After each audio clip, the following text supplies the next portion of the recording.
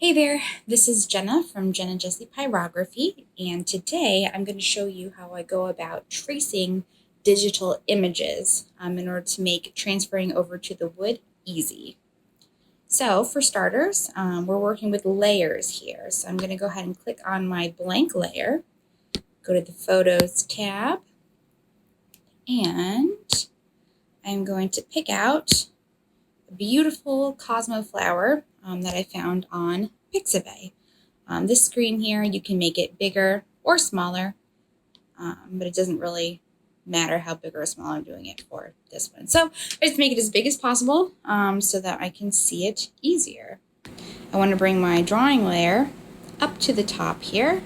So then this layer is going to draw on top of this flower layer here. And make sure I'm drawing with black ink is fine for right now. My favorite brush is the Basic Velocity Taper Vector Brush on Adobe Fresco. I want to make sure that I have my smoothing all the way up to 100 or else it gets a little bit jaggedy. So a couple of test swirls here and we are ready to trace.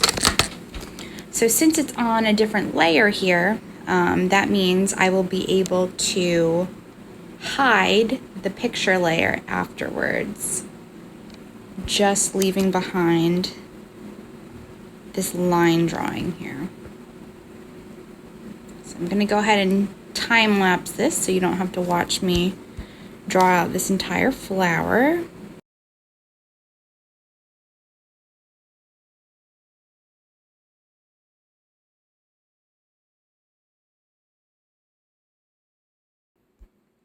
Okay, so that is all drawn up now.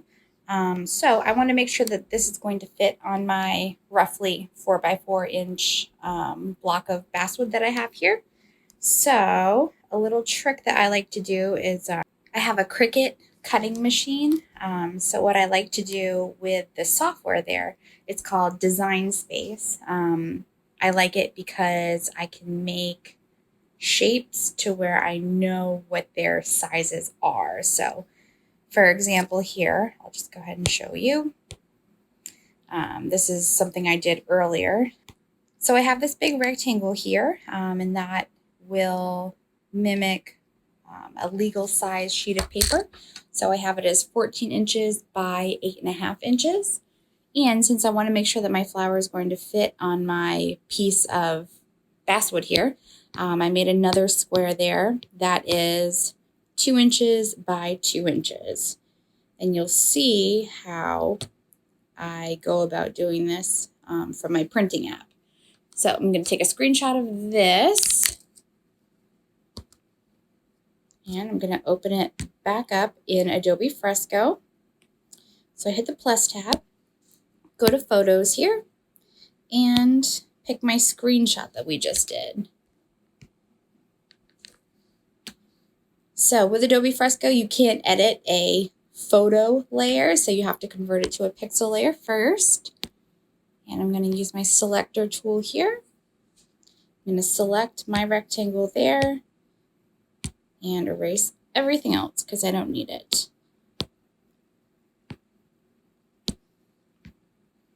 Okay, and just because I'm going to get rid of the white part by changing this slider here over. Okay, so I'm going to hide that picture there, which leaves me with just the rectangle and the flower that I want to print out. So just because I'm going to go ahead and duplicate that layer just in case I make a mistake. And I'm going to select the flower layer that I want to work with. I'm going to resize it so that it fits near that square there, because I know that that square is 2 inches by 2 inches, and I know that this rectangle is 8.5 by 14 inches, which is the size of a legal sheet of paper.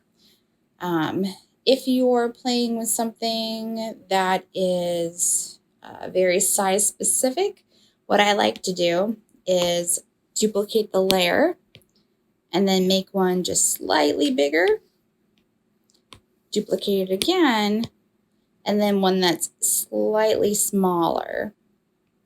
Just so when I print it, I can pick out whichever one looks the best. Okay, so I like that the way it is. So I'm going to go ahead and save it. Then I will go over to my printer app.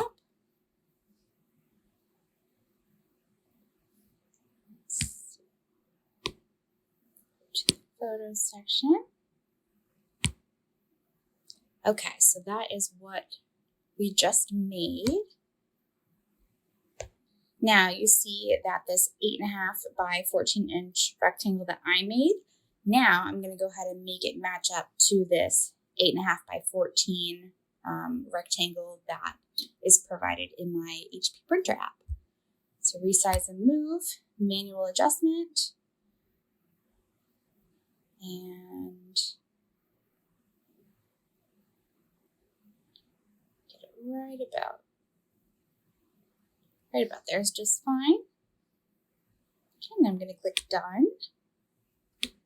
Done again, and print. Okay, so now I have the size flower that I chose to use here. I went ahead and cut it out. And this is going to be super fast and super easy to transfer over to your wood. I see a lot of people, they like to use carbon paper. You know, they're always wondering, well, how do I erase it? Because it can be quite difficult. This is a super duper easy way of getting your picture onto the wood.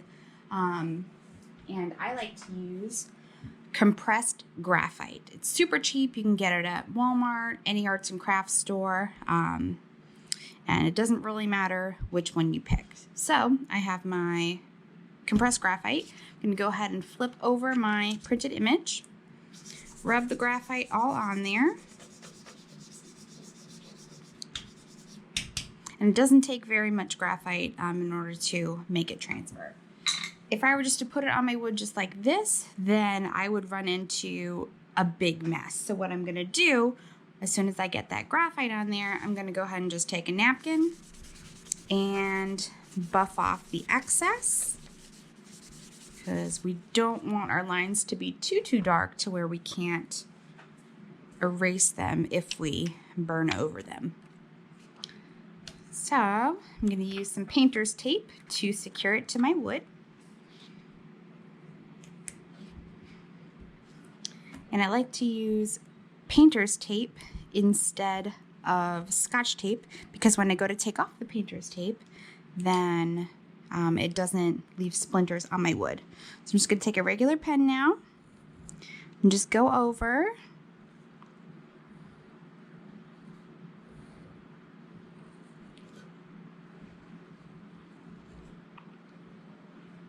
and retrace over all those lines that we just did.